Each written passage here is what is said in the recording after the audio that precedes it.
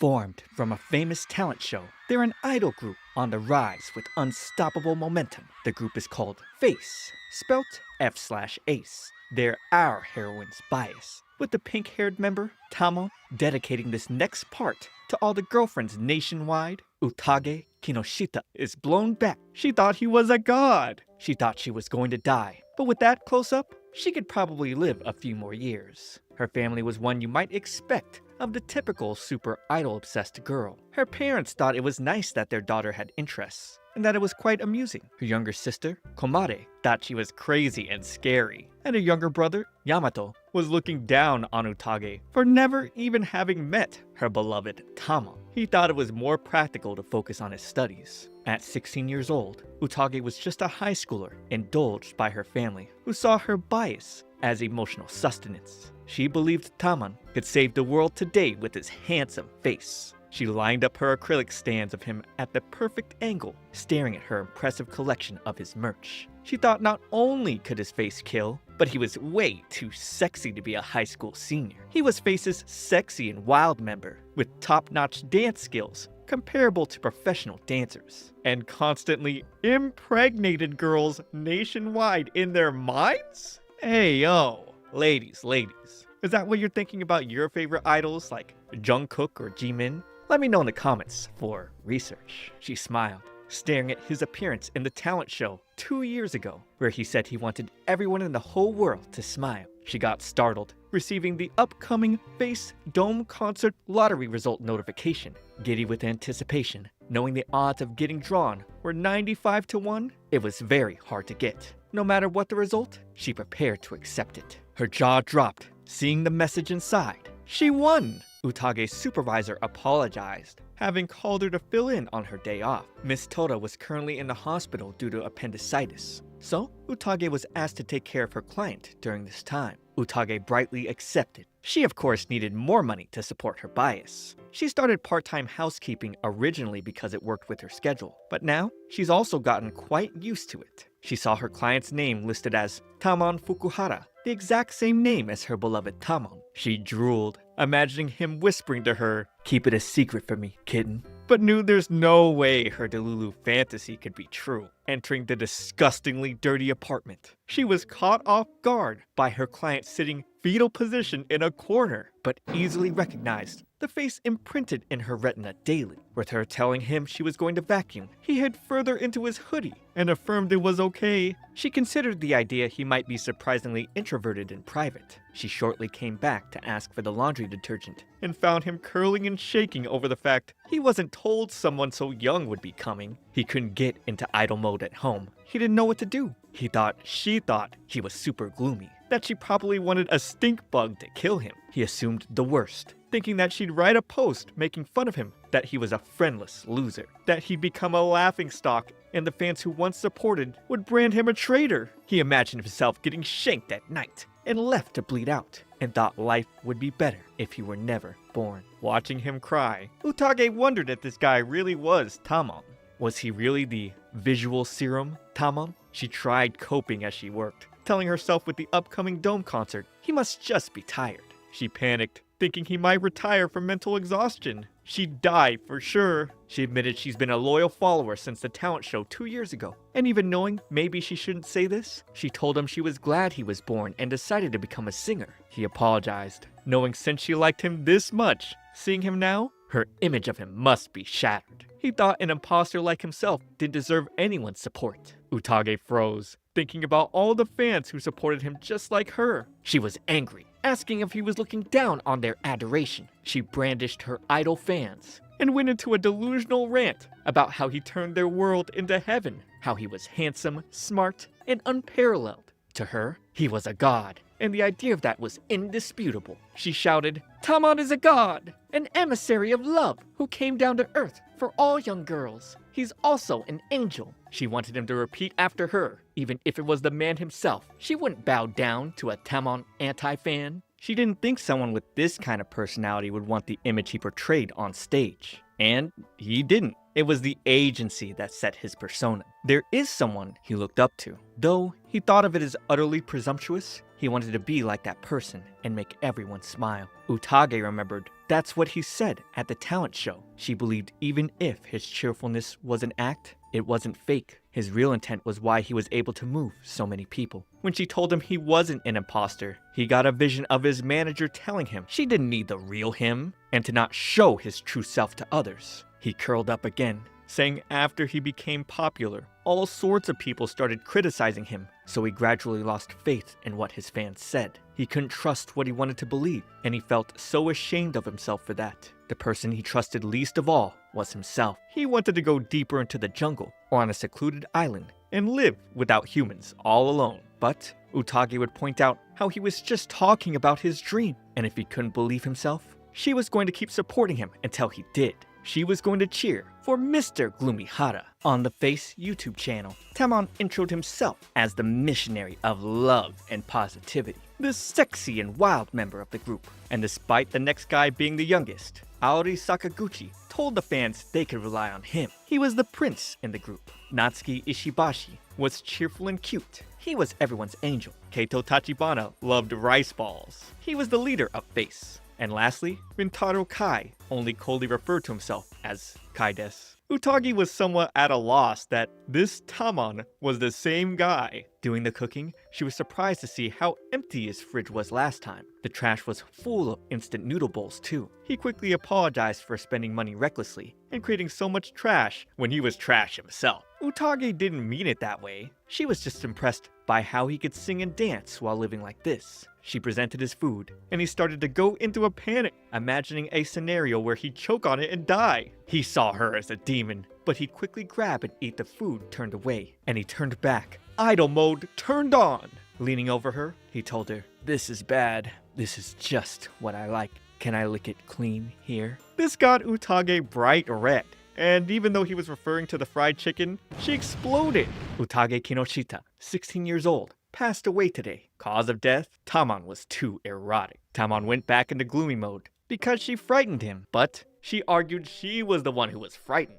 She didn't know he could switch modes so suddenly. He apologized because he's been so busy lately that his switch sometimes acted up. He started hyperventilating and fell over. How much effort did it take to perfectly meet fan ideals? Even so, Utage thought he still did, and he worked hard to make everyone smile. She fed him spring rolls for dinner, and that day, during his show appearance, when the host told him he was giving off particularly strong pheromones, he answered it was because of the delicious tuna spring roll he had recently. Utage remembered, and Tamon got so embarrassed hearing himself say that on TV. Later, Tamon would shakily approach Utage, bringing up that his manager told him to take home selfies for the fan club, but couldn't switch modes at home. He needed her help. Utage, having learned Tamon instinctively responded to cheering fans, she pulled up her fan, and he instantly switched modes, telling her he was aiming for her heart. She ended up helping him get plenty of alluring home selfies, and had to slap herself to keep her hormones under control. He thanked her. Because of her help, he didn't have to throw up trying to take photos. However, Utage never got tired of seeing his handsome face. No matter what, in her eyes, he was the best in the world, and she wouldn't back down from that claim. As she began her leave for the day, he thanked her for everything, telling her it was like his mental state has been promoted from filth to old trash. Fans always complimented him, and every time he heard it, it made him happy. Utage started to tear up,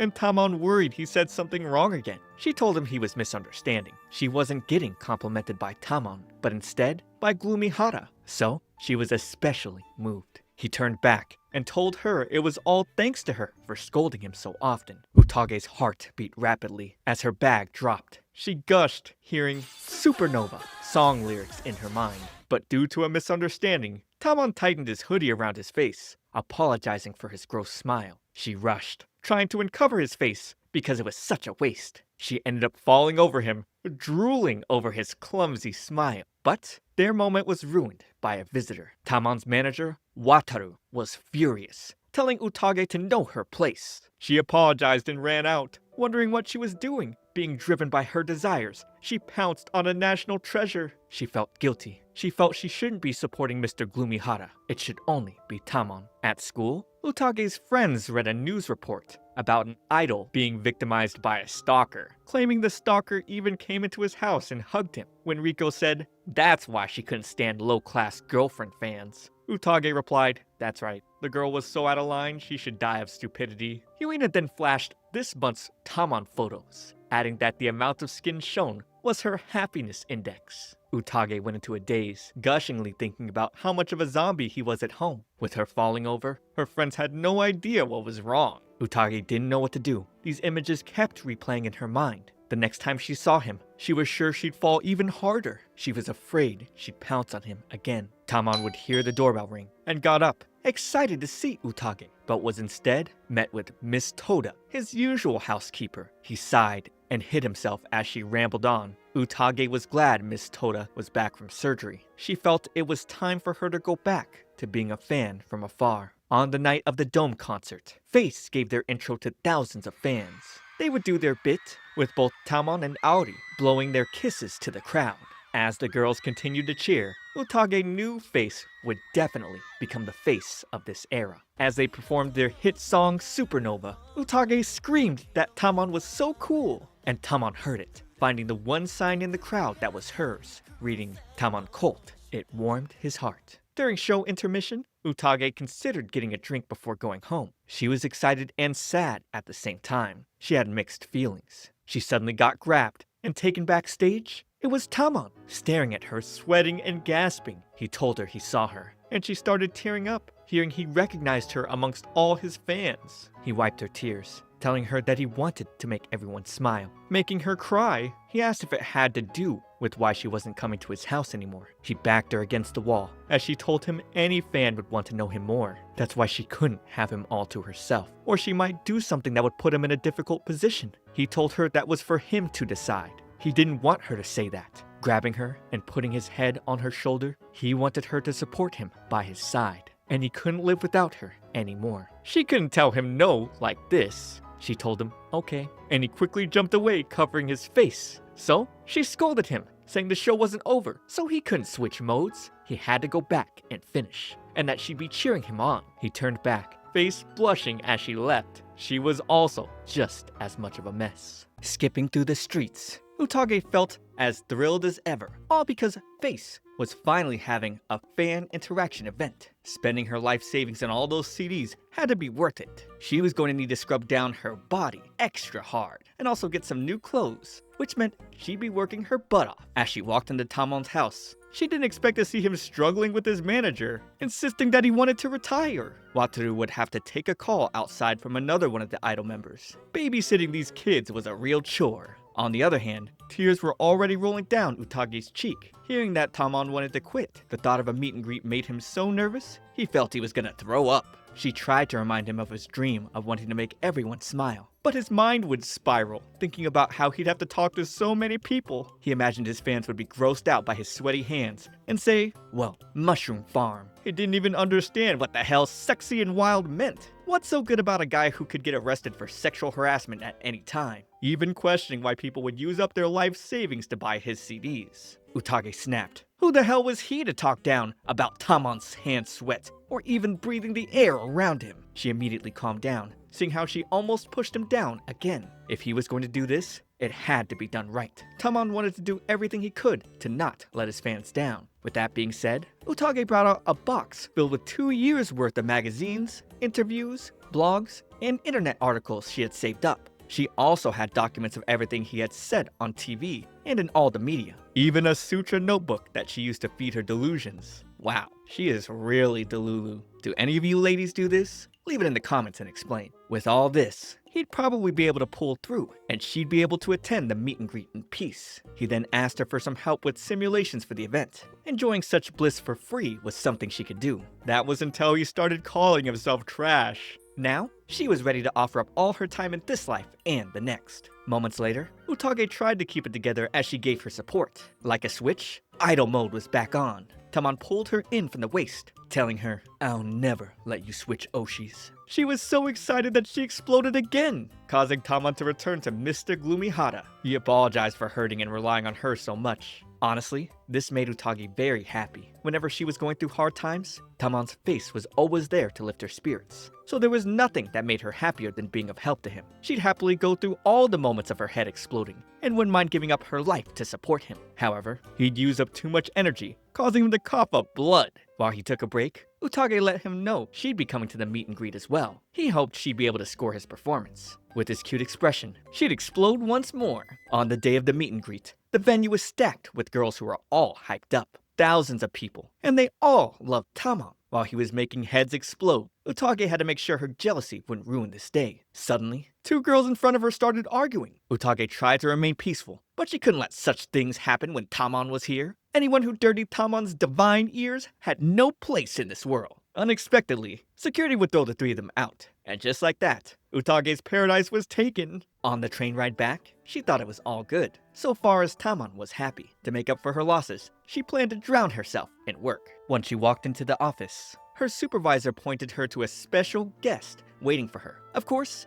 it was none other than Tamon. Definitely not an illusion. He was really upset about her not attending the meet and greet. Embarrassed, she claimed it was because she lost her ticket. Regardless, her promise needed to be kept. Tamon was willing to respond to any request she had. She asked him to be her Tamon for just this moment. His response? A cold no. Without even thinking twice, he reverted to gloomy Hara, complaining about how he wanted her praises. He was waiting that whole time so she could see the fruits of his labor, hoping it would make her happy. Surprisingly, this got Utage's heart racing fast. A perfect score for him. During lunch break, Riko and Yuina were talking about the meet and greet. Due to how close the idol group was getting to their fans, Yuina feared their bias might end up meeting a fangirl in private. If this happened, she and Riko happily agreed to kill the girl. As for Utage, she was dragged into their killing plans without a choice. Knowing full well she was the main culprit, she had to keep it a secret. When she got to Tamon's place, she'd see him crying by the corner of the room. Apparently, he'd soon be going on a show where the viewers would rate stylish celebrities. Hearing this, she was thrilled for him, but Tamon feared this was the end. The clothes he was wearing were the only clothes he owned. Utage would encourage him, saying the fans wouldn't mind his lack of fashion sense. Although she liked the gloomy Hara look, she didn't want to miss the chance to show off his great physique. So, they'd head off to buy some clothes. While she was waiting at the mall, he'd meet up with her with a paper bag over his head. Using all the info and perspective she had as a fan, Utage planned to come up with the best look. This was her duty. Taking a peek in the dressing room, she was knocked out by how hot he looked in these new clothes. No matter the outfit, he could make it all work. With one of the outfits, she'd have to help him with putting on a necklace. Afterwards, they'd head to a cafe, which Utage sometimes visited on her way home from school. Seeing the guys who were hanging out at another table, Tamon felt a bit jealous. Utage admired the fact that someone as amazing as him would enjoy stuff normal people liked. When it came to going out with his group, Tamon's expression said all she needed to know. Riko and Yuna suddenly approached her, causing Utage to panic. Tamon introduced himself as her friend, and Riko suspected he was her boyfriend and insisted he show his face. But he'd suddenly grab Utage's hand, and they'd run out through the streets, like this was some kind of secret date. Once they got away, Utage immediately apologized for putting him in potential danger from the paparazzi. For this, she was ready to receive capital punishment. She could never forgive herself, and vowed to stay at least 3 meters away from him from now on. He took off the paper bag, asking if she liked him. The answer was obvious, but she was still blown away to dust because of his handsomeness. A few days later, his outfits were praised as #1 for having a boyfriend look. When next she came to his apartment, he looked roasted. She'd immediately freshen him up to preserve his handsome looks. It turned out that he was trying to make a simple rolled omelet, but the outcome wasn't even decent enough to be shown. Tamon threatened to go on hiatus, just so he could learn how to fry an egg. Utage immediately reminded him that he was a top chef, whose best meal was making his fans smile. This encouraged him for some reason. Wataru walked in at that moment, applauding her for being able to drag Tamon out of his nervous breakdown mode. Who'd have thought hiring a housekeeper could rehabilitate him this much? He'd been working obediently lately, all thanks to the chores lifted off his shoulders. Wataru asked her how much counted as household chores, and she answered that it was pretty much anything, even going shopping and taking pets for a walk. Somehow, he could tell they practiced for the meet and greet, and even went shopping together. Utage and Tamon quickly got on their knees, apologizing. To their surprise, Wataru also knelt, begging her to keep helping with Tamon. The truth was, they were a small agency with no connections, so Wataru was happy to dump the depressive zombie on her. Basically, she had to go ahead for anything now. However, her personal desires had to be suppressed. Thinking about him showing off for her, she slapped their face and put her desires away. At the age of 16, Tamon came all alone to Tokyo for his audition. His manager barely took care of him, and he didn't get along well with his fellow idols. It was given that he'd rely on a busybody fangirl who happened to come into his life, so she needed to work hard for him. Out of nowhere, a candid photo of Tamon popped up on her phone. She screamed, startling him. He found her quite interesting, especially the way she randomly yelled. Right now, she was special to him. Tamon was excellent at fan service, hence why he could say stuff that made her so happy. Earlier on, she was just trying to escape reality. Utage thought she was so boring to talk to with her old friend who complained. When she'd been flattened like an empty husk, that's when she came across Tamon on TV. Hearing him say, "I want to make everyone smile," was something she wouldn't find herself uttering even in 100 years. Ever since then, her days have been so fun. His dream became her dream. That was why she didn't need to be special. Just having him show her his dream was enough, or so she thought. Seeing he was wearing the necklace they got at the mall, Utage started blushing. She felt something she couldn't describe. While watching one of Face's commercial shows, Utage giggled to herself. She fantasized about being a trampoline that would catapult them to stardom. As much as romantic fantasies were fun, she didn't want to be the impurity that polluted such a precious space. She'd snap back to reality, freaking out when she remembered Tamon kissing the necklace she picked out. Most of all, what exactly did he mean when he called her special? Over in Tamon's apartment, Utage saw him struggling with the script for tomorrow's show. While scripts were prepared for the idols, there were still some free talk sessions. If this wasn't solid, he was definitely going to break character. Looking at the script, Utage thought it was awful. Tamon also complained about having to meet with Audi. Utage figured they were just close for the sake of the cameras. Panicking, he immediately apologized for shattering her dreams. Due to his nature, he hadn't opened up to the other members that much. He felt like a jerk for swaying people's hearts like some con artist, but there wasn't much that could be done. So he begged to be arrested and thrown into the slammer for fake friend crimes. However, Utage was moved to think he'd be working so hard to keep the fans happy. Plus, he was so good at acting that they never had any doubt. The perfect con artist. She then told him to be proud of his skills, and after making dinner, she left. While thinking of a new recipe to try out, she'd accidentally bump into Audi. With his clean-cut good looks and overflowing privilege, he was considered Face's prince. Both his parents being famous entertainers meant he was a thoroughbred who had been in ads and TV shows since he was in grade school. Not only did Utage bump into this handsome guy, but he was holding her hand. She asked him to keep his hands reserved for Tamon and ran off. Shortly after, she realized she dropped her homemade fan. Going back to Tamon's place, she rang the doorbell. With no answer, she let herself inside. Hearing loud voices in the room ahead, she cracked her glow stick and slowly went to check things out. The sight left her too stunned to speak. Audi was scolding Tamon, calling him a slowpoke and whacking him with Utage's fan because he wasn't done with the script. Noticing her, they tried to play things off by acting all nice. No way was she gonna fall for that ridiculous act. Who did they think they were fooling? Audi was obviously smacking Tamon with her homemade fan earlier, and that was an unforgivable act. Tamon tried to calm her down, but she was too far gone. Filled with rage, she picked up Audi, tossing him outside. Then she went to check on Tamon. He told her that Audi was always like that, so he was used to it. Audi crashed back inside with a flying kick, demanding that she apologize for throwing him out. Mr. Gloomy Hara ended up apologizing instead, blaming himself for everything. He assumed he'd get blacklisted and blackballed for ruining tomorrow's shoot. Utage urged him not to think about it, reminding him that he could influence a whole economy just by standing in place. She then introduced herself to Audi as Tamon's housekeeper. Still, he saw her as one of those crazy fans. No lies there. He dragged the quivering Tamon, questioning what was so good about him. A guy like this being the center of the group made him sick. Utage would grab his hand, making it clear that wherever Tamon stood was the center of the world. It didn't matter if he was sexy and wild or a loser. People like this irritated Audi. He claimed they didn't have a sense of pride and were nothing but absolute pieces of shit. Just before Utage could reply, Tamon interrupted, going, "Tamon is God!" He stood up for her, explaining that she was a kind and brave person who could get mad for the sake of others. She was nothing like the people Audi was talking about. Wataru then showed up, yelling at Audi for breaking the door, and gave him some bubble tea to calm down. While Tamon started breaking down again, Utage encouraged him to get back to work. Wataru fixed the door, and she prepared some drinks for everyone. Before leaving, Tamon promised he'd do his best at the shoot tomorrow, so he asked her to watch him. On the elevator, she'd bump into Audi again. She tried closing the doors, but he'd stop her. Pinning her back to the wall, He warned her not to tell a soul what she saw today. She promised not to tell anyone about his true nature, but he felt she still wanted something in return. He offered to make Tamon do anything for her, but she'd flip the positions, threatening to end his life if he insulted Tamon one more time. Her eyes had bloodlust written all over. Auri wouldn't have to worry about people finding out his true nature. She couldn't care less about those she disliked. She swore to never speak to him again and bid him farewell. During break, Utage worried about Tamon having an enemy working so close to him. She'd squeal with excitement, seeing a notification from the official Face account. They were going to be releasing a new Heartbreak ballad, but they'd be using a new center for this song. The center was a special position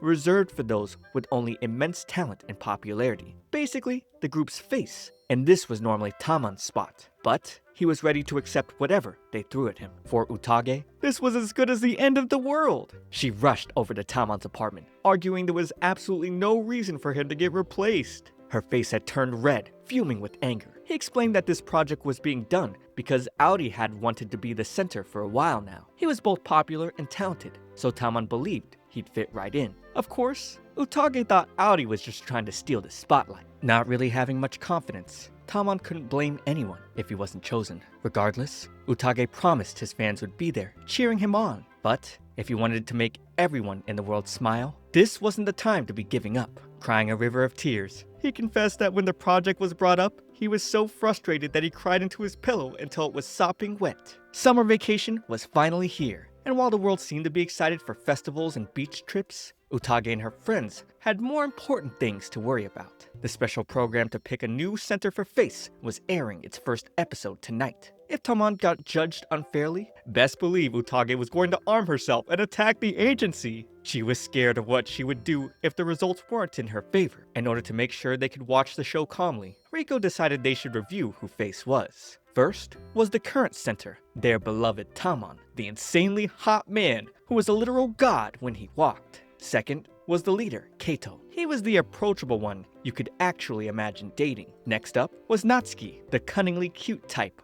of pro idol. Rintaro was more of the mature and mysterious type. Last was Auri, the projected winner. His strengths were how frail and sensitive he was. As the program started, the girls sharpened their vision and focused. The title of this new song was Rain. It took the regrets a man felt when he realized the weight of what he had lost and turned it into a lyrical melody, a ballad about heartbreak. The theme of the first episode would be a visual battle known as Heartache. The idols would try to best express these sentimental feelings from the song, and it would be judged with a point system. Audi went first, and his performance telling a woman not to go while soaking in the rain blew them away. A phenomenal performance, but not beyond Utage's expectations. She was certain Tamon would go beyond what they expected. However, Tamon's performance didn't depict the sadness of a man who had lost something, but the thirst of a king who wanted it all because he wants for nothing. In other words, it didn't fit the song one bit. You couldn't tell that to the girls though. They loved every bit of his display. Why exactly were they choosing another center? That's when the followers of the Church of Tamon realized that his life completely lacked the concept of heartbreak. After the show, Audi teased him for being a total failure. At this rate, he would become the center. Audi was eager to see what Utage's face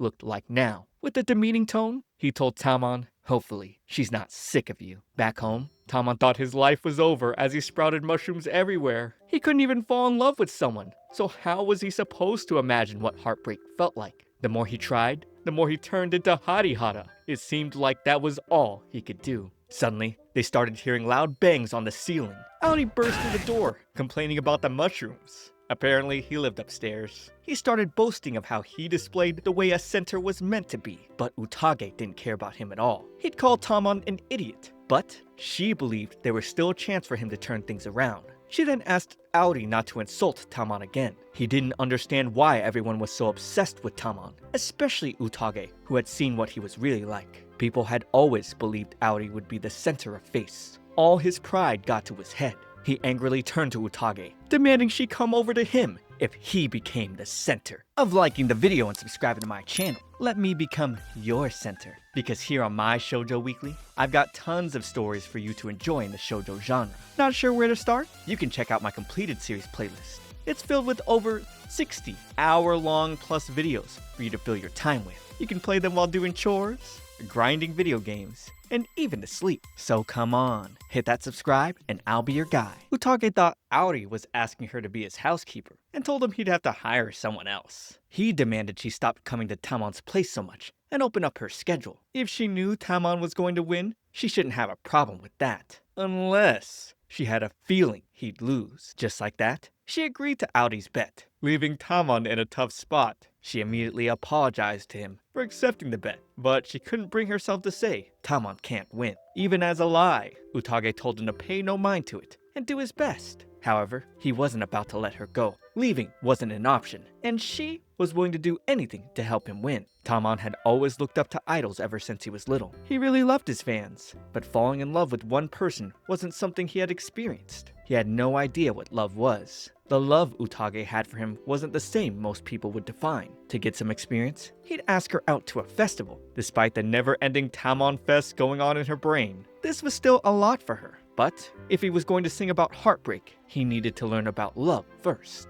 It was said people gathered here in search of love, unaware of what awaited them was a new encounter, or goodbyes, the sanctuary for lovers passed down since time immemorial. This was none other than the summer festival. He wanted to go there to find out what love was, so he could win the second round in the competition to decide the center. Going into that kind of dazzling party night all by himself, the sheer amount of positive energy would reduce him to cinders. Crazy to think he got all this information from a love specialist. Either way, Utage thought it was delusional that a lone fan such as herself would be allowed to go with the Tamon to a summer festival. Tamon put off the gloomy Hara act, letting her know she was the only one he could do this with. Out on the balcony, Aori's mind thought about how the fans, the people in the entertainment industry, and even those with no interest in him would at least change their tone a little if they approached him. Yet, Utage wasn't doing any of that, and it annoyed him. He'd see Tamon sneaking out with a paper bag over his head, and this got him even more riled up. At the summer festival, Utage was dressed up and ready. She would do everything she could to help out in Tamon's search for love. As his housekeeper, of course. This was just another form of housework for her. Definitely not romantic. Approaching her, Tamon was stunned by her beauty. Before he could comment on her yukata, she blurted out her excitement at how black hair suited him. Luckily, she was meeting with gloomy Hara. If it were Hari Hara, fireworks would have been shooting out of her head right now. They had no idea Aori was behind a tree spying on them. Utage suggested they visit some stalls, but Tamon went missing. Using his binoculars, he was literally searching for love, but she'd protect him from anyone trying to report. The heat was a lot for Tamon, making him wonder if it was due to all the couples around. But Utage told him it was just the air temperature. He tried to comment on her yukata again, but she'd cut him off, pointing to a guy who was trying to show off to a girl. They wondered if that was love. They'd visit the same stall where Utage had to shoot the prizes. She took the rifle, and with her keen precision, she perfectly hit all the prizes that had to do with face. For her, this was nothing compared to trying to win concert tickets. When Tamon took his turn, all he could win was a yucky stick. Chocolate shiitake flavor. Ugh. If things kept going like this, the only thing he'd have gained was getting bit by mosquitoes. Despair gripped him as he regretted coming here. It was itchy, scary, and hot. Utage reminded him that he had masterfully shot through the hearts of his fans. He was a sniper of love. So, she was certain he'd find out what love actually meant. Shortly after, she'd point him to a couple sharing takoyaki. So, he decided to get some. But she wasn't expecting him to feed her. He looked so hot as he told her to say ah, and that made the fireworks go off, blowing her away. From then on, his attitude completely changed, acting all cool and looking out for her. A world where Tamon was living as a normal person? No way! There was no normal person like this in existence. Utage's head was full on carnival right now, and she wasn't going to be able to help him find any love. She apologized for being such an otaku, but he took fault, feeling he hadn't really understood this love thing well. Once again, gloom filled the air. While Tamon went to get drinks, Utage thought about how she just couldn't see him as a normal guy. On the other hand, Aori was yet to understand if these guys were dating or not, and it was pissing him off. Putting on his mask, he'd approach her and ask about her relationship with Tamon. She told him that Tamon wasn't her boyfriend. She didn't really understand love herself and felt like he was hitting on the wrong person. She thought there were plenty of other cute girls around. Just then, Tamon came back, seeing as Aori bashfully complimented Utage's yukata. She almost seemed sweet here, and it was throwing Aori off. It was like something sparked in him. Taking off his wig, Tamon walked up to them, telling Aori not to talk to her because she was his girlfriend. He then grabbed her and walked away. When they were far enough, he finally complimented how lovely she looked in the yukata, though he'd immediately apologized, thinking he said something horrific. She was happy to hear it. Utage just wasn't used to getting compliments, so it surprised her. At that moment, she saw him as a regular guy. They came to this festival so he could find out what love truly was, but that didn't seem to be going very well. So, Tamon resigned himself to being mocked by others for the rest of his life. He wanted to end things now. Just living was his dark history. Seriously? How did he even manage to pull off his hot personality? He wondered if love really existed. He figured just trying to copy others didn't work. Going places with someone else like this wasn't something he usually did. Utage thought it was better to stop doing things they weren't used to, and suggested they try enjoying their time normally, just as friends. He was moved to tears. The only ones he'd been able to open up to were the stains on his wall. So, just hearing the word friends was a lot for him to handle. He apologized for trying to fly when he was only just a caterpillar. But to her, he was a fallen angel who had lost his wings. And she threatened him for insulting himself. Walking back together, he asked if he could call her Master Kinoshita, since being friends meant they were closer than two strangers. Utage didn't know how to handle being called master by a god himself. She told him to just call her Kinoshita, while she referred to him as gloomy Hara-senpai. But to be honest, she was fine with him calling her whatever he liked. Hearing drums in the distance, they went off to join the dance. Tamon was always working hard, and Utage felt he deserved a moment to enjoy being a high school student. So for now, they could just be friends. As they enjoyed their time together, she wondered if this was what he would be like as a regular student. Shortly after, she brought him some ice cream. Seeing that it was already melting, he rushed to take a bite while it was still in her hand. Her heart skipped a beat, but he couldn't help it because his hands were full and he didn't want her yukata getting stained. Afterwards, they'd head over to a private spot where they could watch the fireworks. Here, Tamon could take off his wig and mask. Utage was a lot more relieved seeing his regular hair color. He had dyed his hair pink during his audition, which caused quite a stir among the fans. Tamon went all out, dyeing it a color he thought was the opposite of himself. Ever since then, when he stood in front of the people, he was Harihara. All the fans fell in love with his pink hair and called pink the color of love. But still, it was his hard work that moved everyone's hearts. Unlike Auri, he didn't feel special, and being a failure, all he could do was work hard.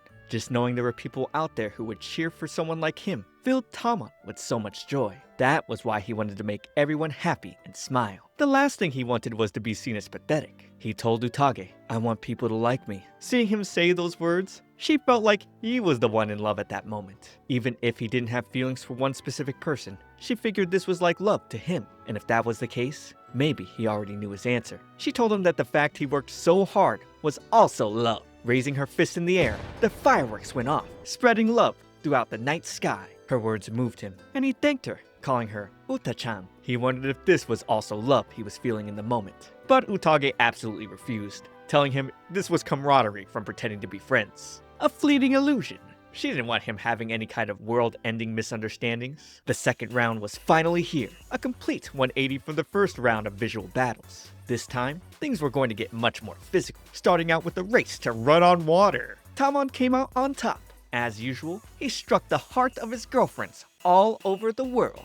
On another day, Utage would receive a call from work, telling her that someone had specially requested her services. Getting to the house, she was stunned, seeing it was Auri. She told him that the winner of the competition hadn't been decided yet. But he'd pull her inside, claiming this was a separate matter. He would then ask her if she was going out with Tamon. To make such a blasphemous assumption, she was furious. Utage made it clear that Tamon would never settle for one girl. Rather, he was someone who would eventually make all of humanity his girlfriends. She threatened to turn Auri into dust for a sacrilege. Since she wasn't dating, that was fine with him. That was all he wanted to know. Before he could open the door to kick her out, he would slump onto her shoulder. His face was burning red from a fever. When he woke up, Utage had put him in bed and put on a cooling pad to help with his fever. But he wasn't even the least bit grateful. 2 of the 5 rounds to determine the center had ended with Tamon and Auri currently tied for first place. No one knew how it was going to end just yet. And somehow, Utage ended up in a nursing event with the one who wasn't even her bias. Bringing back their discussion from earlier, she mentioned how he brought her here just to find out if she was dating Tamon. That aside, the room was sparkling all around, thanks to her hard work. After all, that was why she came here. Auri didn't understand why she would do that. Didn't she hate him? But she only saw this as her job. He'd ask her to come over tomorrow, but she coldly told him to make appointments over the phone, then took her leave. On her way to Tamon's place, she felt a bit nervous. They hadn't seen each other since the summer festival. Back then, she witnessed various sides of him she had never seen before, but she tried not to let that moment get into her head. At Gloomy Hada's place, he wanted to end it all. Same business as usual. However, it turned out that Auri sent him a picture of Utage at his place. She explained that she went there to take care of him. Tamon had no idea Auri was sick. He didn't come from rehearsals today and told them he was taking the day off. It seemed like he just didn't want the others to see him in a weak state, like some feisty cat. Utage was going to check on him the following day, so she asked Tamon to focus on himself. Over at Auri's place, Utage saw his temperature was higher than it was the previous day. She mentioned that Tamon was worried about him, but he didn't want to hear anything about Tamon. Just like Tamon, Auri was also probably under a lot of pressure during this competition for the center. She wished they could just get along. Suddenly, the doorbell rang. It was Tamon. He came to see how Auri was doing, and even brought some plain white sugar for him. He didn't know what Auri liked, so he just brought sugar? Auri didn't want any of that, and demanded that he leave. Utage would stop him, explaining that Tamon was just scared. He'd yell at him for picking the wrong thing, but Tamon would usually avoid him, so Auri didn't get why he was here. Tamon explained he came because he was concerned, especially since Auri never skipped rehearsals before. Auri would use this chance to put him to work. Utage had cleaned bigger homes before, but this was the first one that had a pool. As she and Tamon began scrubbing, she asked how he felt about Auri. He admitted his fellow idol scared him, and he knew Auri hated him as well, but he couldn't blame him. When he came to Tokyo to audition and was basically a lost puppy, Auri was the one who taught him all kinds of things. And yet, Tamon outshone him, coming in first place. Heartbroken, Auri cried bitterly in a corner, and Tamon was left speechless by the sight of it. Ever since then, Tamon felt he couldn't hold anything against Auri. He'd even be willing to give up the center spot to him. But lately, he'd been feeling like there had to be some other way. Tamon didn't like to compete with Auri when he wasn't his best, so this time, he wasn't holding back. Seeing Tamon's determination sent Utage's spirit to heaven. As he stared at her in angel form floating away, Auri would spray water on him, snapping him back to reality. Tamon then asked him to get over his cold quickly, because he planned to defeat Auri with everything he had. Likewise, Auri was happy to take on the challenge. As they began arguing, it looked like they were finally getting along. Their battle continued, with Auri winning round 3 of the competition for center. Round 4 was a hidden talent battle, and with his irresistible charms, Tamon came out as the winner. With this, he was currently in first place. The fans' support got even more fired up as the rankings kept changing at a dizzying pace. For some reason, Utage and her friends perfectly copied Tamon's dance and shot a dance cover video, with the final round being a singing battle. It would all come down to their abilities. Leaving Tamon's place, she bumped into Auri. At the same time, Tamon saw she had forgotten her fan. Auri thanked her for the other day and started boasting about his win during the 3rd round, but she shot back, reminding him that Tamon won in the 4th round. He then swore to leave everyone in the dust during the last round and win. Recalling that Tamon only liked to compete against Auri at his best, Utage asked him to do his very best. Little did she know, Tamon was nearby listening, but she was sure he would be happy if Auri did his best. Auri would then take back their agreement from before. Instead, he asked her to be his fan if he won. She would then ask him to become Tamon's fan as well if he won, and handed him a Tamon poster. Auri, however, tossed it away. At the studio, Tamon stayed behind to practice his singing more, and Wataru advised him not to overdo it. Back home, Utage found him passed out on the couch, unlike his usual position cowering in the corner. Then, her mind began running wild. She thought about taking a break on his eyelashes, and probably using his cheeks as a slide. Oh my god, such a wild train of thought. Despite living in the same dimension, she thought he was so high res. Everyone who lined up next to him was basically reduced to pixel art. She wondered if this is what it'd be like if Cleopatra reincarnated as a hot guy. Seeing that his face was paler than usual, she covered him with a blanket. While she arranged the table, he suddenly woke up. Looking at her, he recalled when she told Auri to do his best. Tamon then grabbed her from behind, hugging her while half asleep. She could tell there was something resting on her back, but the thought of it being Tamon was unfathomable. It had to be a fantasy, so she focused on getting work done, refusing to even look behind her. The last battle was tomorrow. Soon, everything would be decided. Inside her Tamon's shrine, she prayed for him to be rewarded for all his hard work. The next day, Tamon arrived late in the studio, and the worst thing possible happened. His voice was raspy, except It wasn't just him. Audi would walk in with the same problem. Shortly after, the final battle began. Tamon would be the first to take the mic. As the instrumentals came in, Utage stared desperately at her screen, waiting to hear his heavenly voice. When the idols were done singing, Riko and Yuina felt Tamon did great, but Utage sensed he was holding back his radiance. It seemed like he wasn't doing well either. But being his fan, she remained positive. Meanwhile, Izumi told the idols to prepare for the new song's pre-release, which was around the corner. Then, her eyes darted to Audi and Tamon, questioning their awful performance. They might have deceived others, but she and the judges couldn't be deceived. She let them know that practicing too much and overworking were signs of failure. They needed to be able to perform at 2,000%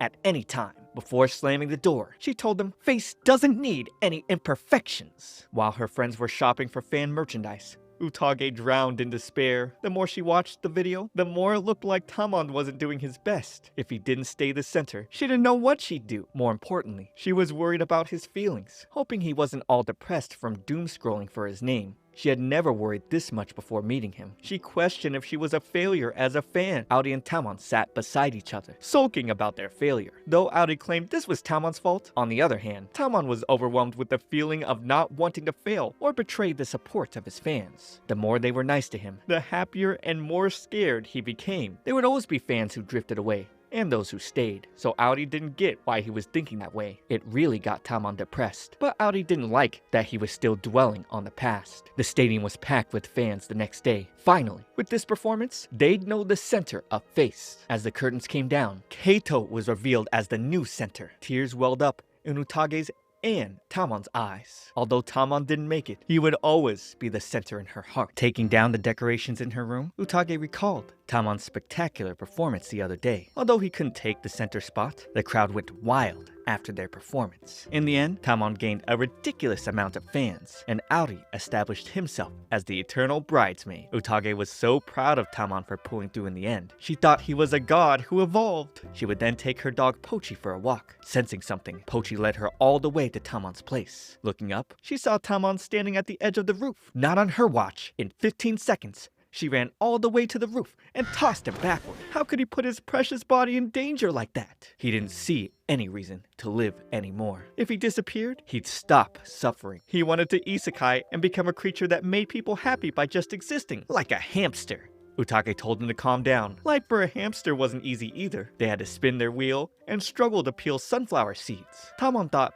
things were hopeless no matter what then. Shortly after, she gave him a drink and calmed him down a little. Filled with guilt, Tamon felt bad about not becoming the center. Even though he received so much support, he messed up the 5th round badly. More than anything, he wanted to sing that song as the center. Utage would try to lift his spirits, letting him know that his performance was amazing. It was burned into their brains. And no matter what, he'd always be smack dab in the center of the hearts of his fans. Not to mention, he had gained an insane amount of fans since then, and the old school fans were all happy that he leveled up. Caring more about what she thought, Tamon asked how she felt. Although she told him that she felt the same way as his fans, he was upset at the fact that she was cheering for Audi too. They seemed very friendly, and before he knew it, she was going to his house. And this made him fear she had become Audi's fan. Unable to hear him clearly, she told him to spit out all that was in his heart until he was satisfied. So he'd grab her hand, saying, "Please, don't go to Audi." Whenever he remembered her being close to Audi, he lost his will to live for some reason. It had been affecting his work, so he was trying to figure out what to do. The air slowly grew tense. Heartbeats raced. This was the first time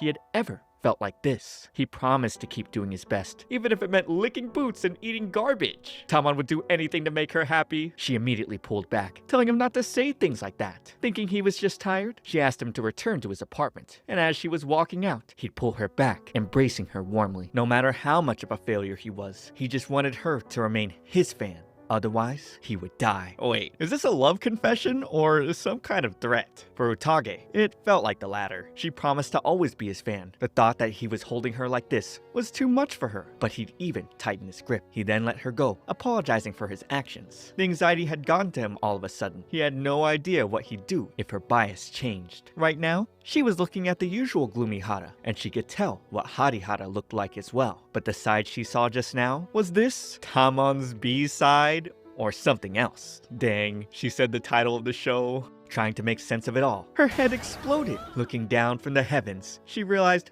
not being the center must have really gotten to him. Regardless, she would always continue supporting Tamon. Kato would come up to the rooftop, and upon seeing the situation, he left, deciding this had nothing to do with him. The following day, during Face's commercial, they thanked their fans for all the support. With Kato as the new center, he was asked how he felt about it. He was the leader of the group because he was the oldest, and now becoming the center, he felt a bit nervous. But of course, he'd do his best and also get advice from Tamon too. As for Tamon, who had been switched out of the center, he was a bit disappointed, but he thought Kato would be able to pull it off, despite being an airhead. And to his girlfriends all over the world, he would show them a new side of Tamon Fukuhara that they'd never seen before. A new side of Face was coming, and everyone also awaited the release of their new song, Rain. After the commercial, Kato would show his real personality. As he scrolled through his fans' comments, things were going according to plan. To him, the fans were just fools who were easy to manipulate. Oh god, he's actually a cocky, manipulative sociopath. The difference in his persona was so intense that it creeped Audi out. Kato would then ask Audi about the mysterious girl he saw with Tama. Audi would try to deny it, but he couldn't fool Kato with his lousy lying. Kato wondered if she was the reason Tama's condition had been so volatile lately. However, Audi made one thing clear. He was going to make her fall for him someday. The rest of the information didn't matter to him. She was an obsessive Tamon fangirl, and also his housekeeper. Hearing she was a fangirl seemed to rub Kato the wrong way. Utage was coming back to work at Tamon's place after some time. She hoped he had gotten over the shock of losing the competition for the center. Getting inside, she saw him completely burned on the ground. At least, it was the usual gloomy Hara. She immediately cleaned him up and got him looking normal again. The weak flour he was using had somehow exploded. However, she quickly took notice of his new apron. He apologized for trying to stay clean, but Utage felt the apron was so blessed to be getting that close to him and protecting him. Apparently, he was trying to make a cake to thank her for all the support she'd shown. But no way, she couldn't possibly accept it. Instead, she asked him to focus on his physical and mental health for the future. This only made him believe no one would want to eat something he made, but she'd make it clear that if it were a cake he made, it'd be a gâteau à chocolat. Utage had definitely made cakes for her biases, but she never thought a day would come when the roles would be reversed. After going through the steps, he started the process of sifting the weak flour through a sifter, but he was terrible at this. No wonder a dust explosion happened earlier. Next, he needed to melt the butter in hot water. He ended up dumping the whole butter, causing it to splash on him. Utage decided to watch him from the side, so she could keep a better eye on him. Looking at Tamon reminded Utage when she baked him a cake. On his birthday, his fans made him cakes. It's not like he could actually eat them, but they made him very happy. The cakes were special. Hearing this brought tears to her eyes. She thought she was sure his fans around the world would sob hearing him say that. After all, they all made the cakes filled with their love. He'd put all his feelings into making this cake as well, hoping she'd be able to deliciously enjoy it and keep coming over forever. He hoped she'd never hate him, never betray him, or cheat on him. Suddenly spiraling into a scary mood, he prayed she'd never show any interest in the rest of humanity for all her life. He swore to make it delicious. At this point, Utage feared for her life. He was becoming so obsessive. He was getting better, but was still acting weird. Time passed, and the oven beeped, signaling the cake was ready. Bringing it out, it looked like an ominous creation. On the other hand, Utage was thrilled to see a homemade cake that her bias made. She planned to freeze it and make it her gravestone. Tamon asked her to eat, but she declined because she was still working, and that made him very sad. Still, she couldn't let herself eat it. On her way to the bathroom, he'd block the door, switching to Harihara. He'd tell her again to eat it, even if it was just a bit. His charm sparkled as he softly held her face. Utage was flush, trying to steady her breath. Feeding her, Tamon would say, "Accept it, all my love." She couldn't resist, so she finally ate it. And as expected, it had no taste. After working, she'd sit down to enjoy the cake with him. This was the first time someone had gifted her a whole cake on a completely random day. As she ate it, he stared at her intensely, like his mind was gone. She said it was delicious, and he seemed relieved to hear that. All this while, she'd been treating him like a cute little puppy. But lately, his strange behaviors had her worried that he might not even be from this planet. Recalling what happened earlier, she assumed he flipped his switch on purpose, knowing she wouldn't be able to resist. Looking back on it, this wasn't the first time this happened. It's almost been normal to be so close to him. He was a super idol, who put people everywhere under his spell, and he was just playing a character he created to do just that, meaning finessing one fangirl would be nothing to him, and he definitely finessed Utage. Refusing to let this escalate, she decided to start going home quickly. The distance needed to be maintained. Being overprotective wasn't always love. She needed him to be able to survive on his own. Seeing frosting on her face, Tamon would try to wipe it off, but she asked him to stay back. Suddenly, he flipped the switch again, licking the frosting clean off. Once again, she'd fall for it. He was sulky, gloomy, and always sensitive to others' moods, and that was what made him a sharpshooter. Tamon had always been like that. He figured she'd be okay with what he just did because she thought he was hot. Something dark was awakening in him. Walking through the streets, Utage recalled Tamon licking the frosting off her face. After that happened, she completely lost it. Filled with rage, she demanded that he have more respect for himself, and then she bizarrely made him review the 100 Tamon articles of faith. Letting her anger take over, she immediately ran out. On second thought, maybe she should have been happy about the fact that he personally showed her full-on fan service. However, she still thought someone who was supposed to be a world star shouldn't be handed out so easily. All of humanity needed to respect Tamon. Questioning why he was doing so much for her, she slapped away any thought of him being in love with her. She figured he had to be anxious after losing the competition for center. Since he was letting all that anxiety explode in front of her, it must mean he had no one else to talk to. Wataru was busy as ever. Their producer, Izumi, seemed super scary, and Auri was less of a friend, more of a rival and gorilla. Utage would get a text from Yuina, apologizing for not being able to meet up for their appointment due to a cold. It seemed like she would have to spend the day alone. Just then, a fellow idol fan like herself walked out of a store, blabbering about his bias, Kanpyo. If he had missed out on the rare official merch, he'd never be able to forgive himself. Look at his bag. He must have gotten all the merch. He declared that the world deserved Kanpyo, and as he left, Utage could relate to the kind of love he had for his idol. Suddenly, she came across Tamon playing with one of the Kappa roll machines. Breathing heavily, he told her how happy he was to run into her. Refusing to get too close, she took off before he would transform into Harihara. He gave chase, transforming under his paper bag, and was able to catch up to her, but he tripped over a stone, causing him to crash to the ground. Turns out, he was just struggling to breathe under that bag. Over at the park, she gave him water and scolded him for wearing the paper bag in this midsummer heat. He could have gotten heat stroke. He mentioned he had some downtime from work, which was why he was out having fun. He then offered her some of the unique Kappa rolls he got. Seeing that he was using the money the fans offered him for self-care made her really happy. He wanted to give her one because he got a duplicate, so he asked why she suddenly ran away. She explained that given he was taller than people thought, she felt intimidated having him run at her when he was that big. Utage realized she shouldn't be talking to him. It was a crime that could get her paraded around town, so she bid him farewell immediately. But he asked if they could have lunch together, but she quickly declined. Heartbroken, he threatened to end his life on the spot with a blade, but she'd snatch it from him, letting Tamon know that only love and cheers were allowed to be pointed at him. Since today was his activities day, she was making her pilgrimage and going to places he'd already been to. Switching to Harihara, he offered to give her a tour. Utage's head would explode, so she had to be carried. First, they stopped at a location where he had a shoot the other day. The shop here had become very popular thanks to him. Next up was a spot where people were worshipping the ground Tamon had stood on. These people really need to get a life. Someone then came by and secretly took a picture of them. Afterwards, Utage and Tamon went to a park to enjoy some snacks. She arranged his figurines around the food and began aggressively taking pictures. It was the funnest thing in the world for her. So, he would switch to his Harihara persona, asking her to take pictures of him together with the figurines. Seeing so many hot Tamons would cause her to boil up and fizzle out, leaving behind her remains. If someone who wanted to express themselves was an artist, and someone who wanted to entertain others was an entertainer, it went without saying which group Tamon belonged to. The rest of their hangout involved Utage's head exploding whenever Harihara got close. How could she explain that Harihara must not be handed out to sate one girl's personal desires? Then, she got an idea to give him the extra ticket so they could go see a movie. It was less of a movie and more of a documentary on how the center of face was picked. Utage had seen this 10 times and cried all 10 of those times, but she felt it might be torture for Tamon to watch it. Still, she wanted him to know that she liked the Tamon who worked hard for everyone, not just her. Staring at her,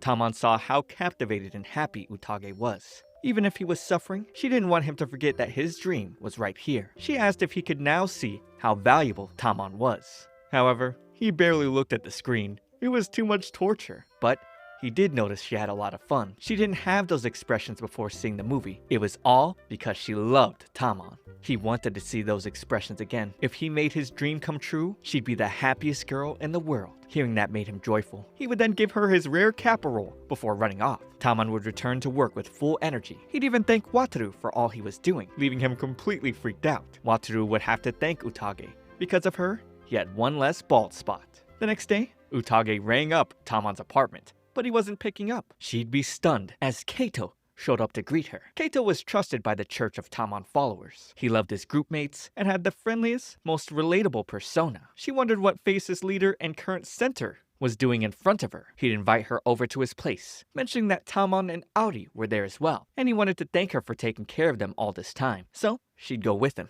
Apparently, he lived right next to Tamon. Do all these guys just live here? What in the plot convenience? As he opened the door, she noticed the inside was incredibly dark, but the layout was just like Tamon's. Looking at the footwear, she could tell which belonged to whom in a single glance. Sitting with Tamon and Auri, Keita would show them the picture he took of Tamon and her, asking them to explain themselves. He questioned if Utage was really just a housekeeper, and Tamon explained that they did meet just by coincidence, though they had a lot of fun.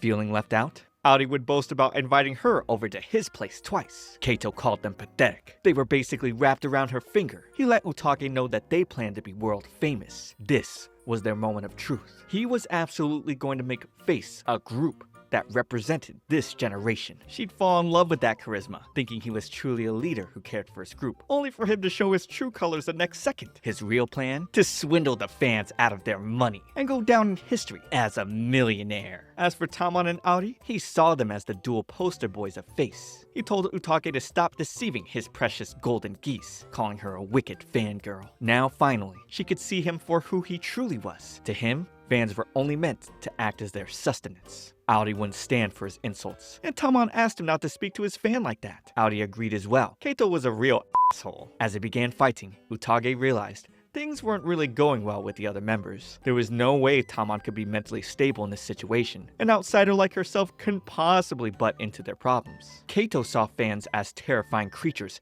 and ruthless beasts who engaged in bloody quarrels with each other. They even rivaled the CIA in gathering intel and tailing others. A certain part of his fandom was definitely off their rocker, and he felt Utage was a prime example. He believed she was the reason Tamon and Auri failed in the competition for center. He'd tell her never to visit them again if she meant well. This was an order as their leader. In a way, she felt he was right. After all, she was a Tamon fan, but even so, she didn't want to imagine that Tamon's hard work, worries, and smiles were all for nothing. However, whenever she was around him, it was solely as his housekeeper, and as Tamon's housekeeper, she had done everything she could for him. Besides, Wataru was the one who officially hired her, and in that next second, the very man would burst into the room. He knew she was here, thanks to her dropping her fan outside. He'd suddenly ask her to participate in Face's training camp. This was for a show, to hit the ground running. As the new Face, they were going to have the idols strengthen their bonds. Without a doubt, Utage wanted to watch this. Apparently, the part-timer they hired to help with the show wouldn't be able to make it. The real Face was a mess, and they couldn't have fans finding out about this. Utage had no idea how to do talent agency work,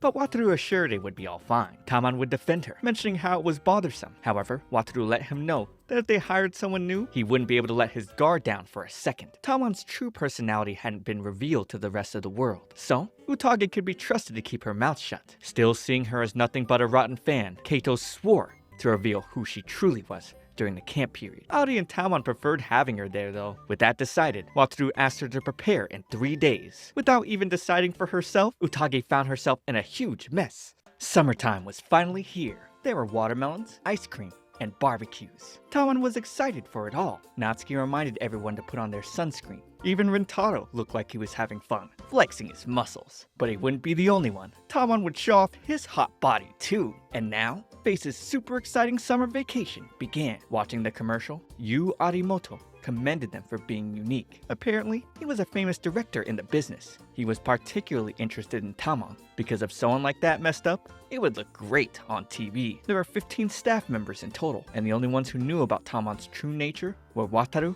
and Utage. She could only hope Tamon could stay as Harihara for 3 days and 2 nights. When they got to the beach, the idols played rock, paper, scissors to decide who would be the referee. Natsuki ended up with that role, while the others split up into 2 teams for volleyball. Utage tried to avoid staring at the one whom she considered heaven on earth. But who was she fooling? Taking a peek at Tamon, she wondered if this was the Louvre of beautiful faces, or maybe it was the British Museum of Fine Bodies. She even called it the Shoso-in of bursting smiles. Her very personal World Expo had begun. As the cameras cut, the volleyball flew over to her. Tamon rushed over to make sure she was alright, but she freaked out.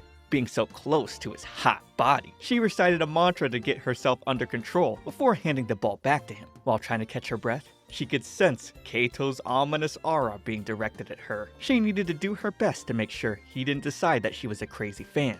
Meanwhile, Aori was jealous of how she was fawning over Tamon, although he felt it was better than acting like that towards just anyone. Due to his fury, he served the ball too hard, and Tamon missed it. After filming, the idols went to their room to take a break, and Wataru asked Utage to go check on them. Getting to their door, Utage said she brought some snacks. Keito answered with an angry look, asking if she came to sneak into their beds, as if she'd be that obvious. At the same time, Aori was yelling at Tamon to stop crying. Keito was yelling at the both of them because they didn't want to leave their rooms, and he proceeded to yell again, telling them this was just day one. They still had another shoot after this. But his yelling only served to make Tamon cry again. Aori started yelling at him to keep it together, but Utage stopped them and used her fans to get Tamon back to being Harihara. In turn, he was able to get the other two to switch to their idol personalities as well. At night, the boys gathered up for some grilled skewers. Walking by, Utage was glad to see how they were all acting professionally. She couldn't believe they were the same people from earlier. Soon after, they were done with all the shooting for day one. After that, Utage was asked to put away some equipment in the storage shed behind the gym. While Aori was staring at her, he could see her staring at Tamon, and it made him feel so envious. Later, after having her bath, Utage got a call from Aori. He told her she forgot her fan and that she should come to his room to get it. When she got to his room, he was surprised to see her dressed in a yukata. She apologized for not being presentable, but he never said that. She asked about Tamon, but Aori didn't care where he was. Then, he gave her back the fan. She apologized, explaining she brought so many with her that she didn't notice one was missing. This was to account for every issue Gloomy Hara could run into during the camp, and she prepared all the variations she could. Aori told her she was gross for this. Then again, he admitted how tenacious she was. No one was this dedicated. Suddenly, they heard Keito's voice outside. He was trying to make sure Utage hadn't snuck into Aori's room, so Aori quickly hit her before Keito walked in. Seeing no sign of her, Keito reminded Aori that fans were devils, and then he left. Aori took off the blanket, revealing Utage hiding underneath. As she thanked him, he patted her head, questioning why it had to be Tamon and not him. Utage didn't know how to respond. Her feelings for Tamon were so great that it was hard to explain. So, she decided to read the sutras she had compiled over the last 2 years, not wanting to hear a single sentence from it. Aori kicked her out and called her a big dummy. Walking back, she bumped into Tamon, whose head was covered in clothes. He didn't like to bathe with others, so he was quite exhausted. She found it funny, considering he could barely keep his clothes on while he was Harihara. She apologized for her outfit, explaining she came to get her fan from Aori. Hearing Aori's name, Tamon suddenly switched to Dark Hara. Either way, he hoped she was fine. Thinking about it now, he felt it was quite selfish of him to ask her to come along. He apologized for only thinking about himself. This work was new to her, so he asked if she was doing okay, and if Aori had been impossible to deal with, or whether Keito was being mean to her again. But she assured him that she was fine. He needed only to worry about himself. That was why she came along as his housekeeper. After that, she bid him farewell. The next day, the idols continued their filming, from having breakfast to visiting a temple to stopping by at some stalls. All while this was happening, Keito's eyes monitored Utage. For the last scene of the day, they were shooting a test of courage. The director asked someone to go check on the speakers in the storage, so Utage volunteered to do it. Getting to the storage room, the door was suddenly shut behind her, locking her inside. With the whole commotion about her not being back, someone mentioned there were 2 storage sheds, and the speakers weren't in the one behind the gym. Worried about her, Tamon went off to look for Utage. Utage kept banging on the door, hoping someone would come. As she began to lose hope, that's when Tamon came to her rescue. He was glad she was okay. He had no idea what he'd do if he found her as a corpse. Going inside, the door closed behind them. Great. Now 2 of them were stuck. So much for being a savior. With Utage screaming for someone to come save them, Tamon was slowly spiraling. Despair took hold of him. What if the door never opened again, and both the shoot and show were ruined? Worse, what if they ended up both socially and physically hurt? Utage wouldn't mind if it were just her, but she couldn't have Tamon ending up wrinkly. So, she tried to calm him down telling him that someone would definitely come open the door once they noticed he was missing. Everyone else went looking for them, but they searched the wrong storage shed. Utage still assured Tamon that everything would be alright. But deep down, she had no idea what she'd do if the shoot was ruined. Tamon could tell she was tired, even though she tried to deny it. There was no way she could have made those fans instantly either. He figured she must have made them after hearing about the training camp.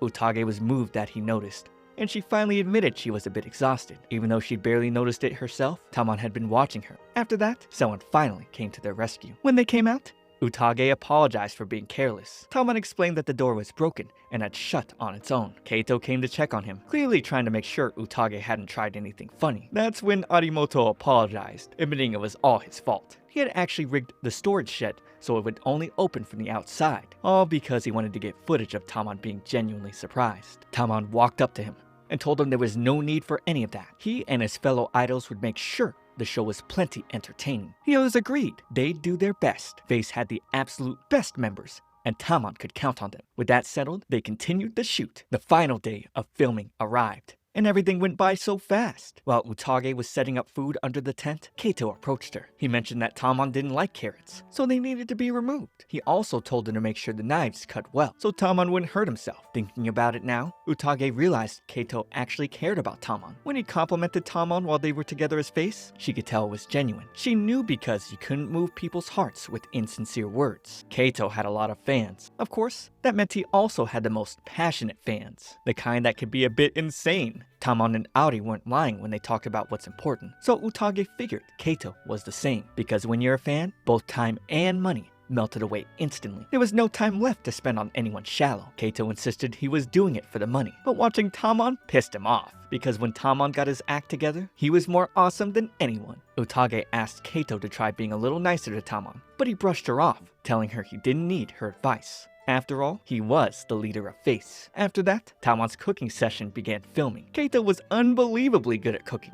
Apparently, he used to help out in the kitchen when he worked at a cafe, and he had 5 little brothers whom he took care of while his parents were working. By evening, everything was finally a wrap. Utage came across Tamon by the beach. He was taking pictures of a hermit crab and of the ocean to show her later. He wanted her to have something since they'd been so busy. Looking at the pictures, Utage blushed and started laughing. She thought it was very much like him to do things like this. Tamon mentioned that he found out why Kaito decided to become an idol. Kaito usually said it was for the money, but the truth was that he wanted to help his parents pay for his little brother's school fees. That way, his family could smile. And now, Tamon wanted to do his best with Kaito as the center of Face. Likewise, Utage would do everything she could to support the new brand of Face. Suddenly, the waves washed over and drenched her. Tamon quickly took off his jacket, trying to dry her before she'd catch a cold. Being so close to her, he complimented how good her complexion looked. Meanwhile, Aori walked in from behind, and upon seeing what looked like a kissing scene, he dropped his drink and ran away. Ooh, Aori about to learn what heartbreak really is. He's gonna learn why his name isn't in the show title. Subscribe to keep up with next week, where the drama continues. For now though, watch this next video. It's me, Comfy Tea. I'll see you all in the next one.